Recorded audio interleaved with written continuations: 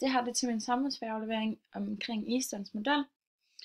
Og her der ser vi David Easton. Han er en kanadisk politolog, som definerede politik på følgende måde, at politik drejer sig om den autoritative fordeling af værdier med gyldighed for et samfund. Og afsnittet er citeret fra en hjemmeside af forlaget Columbus. Og så her der ser man Eastons model, og det er en form af, altså det er i form af det politiske system, som viser noget om inputs og om outputs. Eastons model det går ud på, at det politiske system det lægger et output ud til befolkningen. Det kan være, at for eksempel, som der i Danmark var snak om, at vi skulle have euroen, og befolkningen det giver så et feedback på, altså hvad de synes om den nye sag. Og hvis de så støtter sagen, så går det videre til den siddende regering, til styreformen og til fællesskabet. Hvis det politiske system, så altså hvis det skal fungere uden problemer, så skal der være støtte på alle tre niveauer. Men altså det allervigtigste, det er, at der er støtte til det politiske fællesskab. Og hvis befolkningen de så vælger at sætte nye krav, som man kan se her,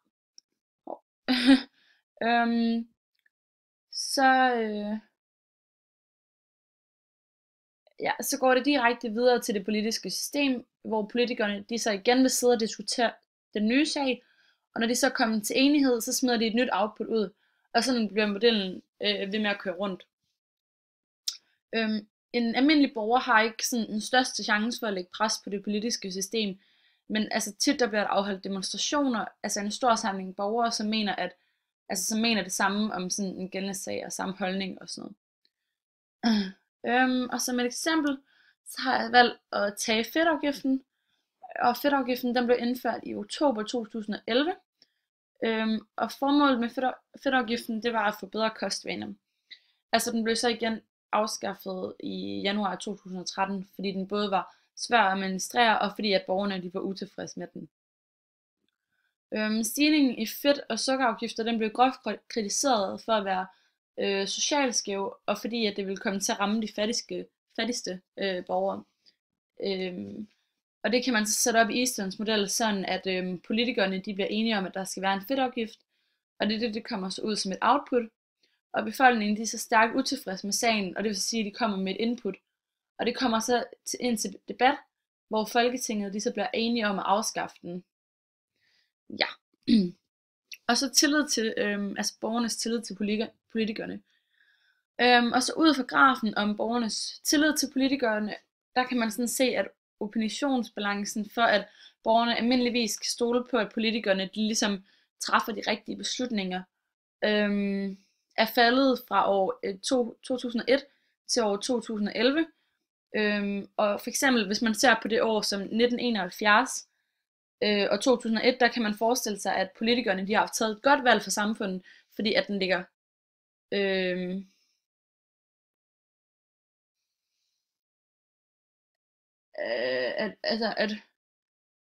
at de har truffet et godt valg, siden at der er borgere, altså sådan, som stoler meget på, at de sådan træffer det rigtige valg for landet. Og så i 1971, der blev der holdt et valg i Danmark, og det var i en tid, hvor der var en meget populær statsminister, som der så sad på posten der, og da han i år 1968, da han så der blev statsminister, der trak han næsten 500.000 stemmer til hans parti, ved at han fik valget til at falde ud sådan, til regeringens fordel.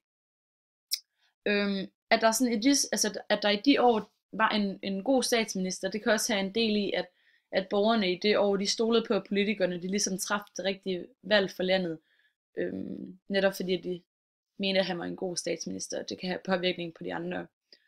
Ja.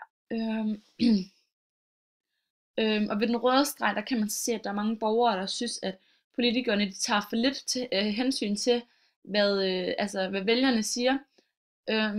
Og den højeste procent, den er cirka omkring de 60%, som mener, at der bliver taget for lidt hensyn. Og det er i år 1997. Og så kan man så se, at op imod nyere tid, altså år 2011, der kan man se, at cirka 45% synes, at der bliver taget for lidt hensyn til borgerne. Og det er jo sådan, sådan så faldet derfra.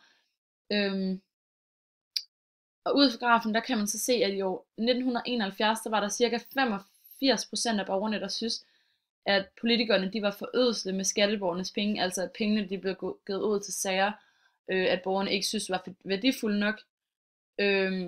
Og så i år 2011, der er procenterne altså på cirka 35%.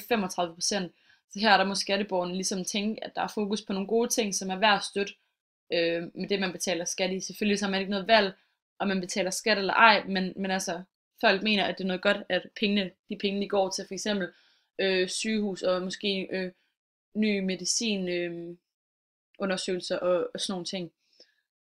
Ja. Og fungerer det politiske system så egentlig, som Easton illustrerer det? Og nej, det gør det ikke. Det fungerer ikke altid, som Easton han beskriver det. Der er nemlig nogle faktorer, som ikke er under den kategori, som Easton beskriver i modellen.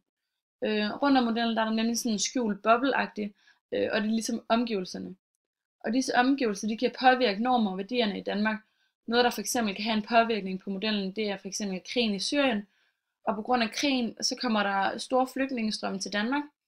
Og flygtningen, de kan ligesom ændre synet på Danmarks borgere, og det kan fx være, at der er mange, der synes, at flygtninge egentlig ikke skal lukkes ind i landet, og det kan måske være, at nogen de synes, det er fedt at få sådan mere multikulturelt samfund, hvor der er folk med sådan forskellige kulturer og forskellige meninger og sådan nogle ting.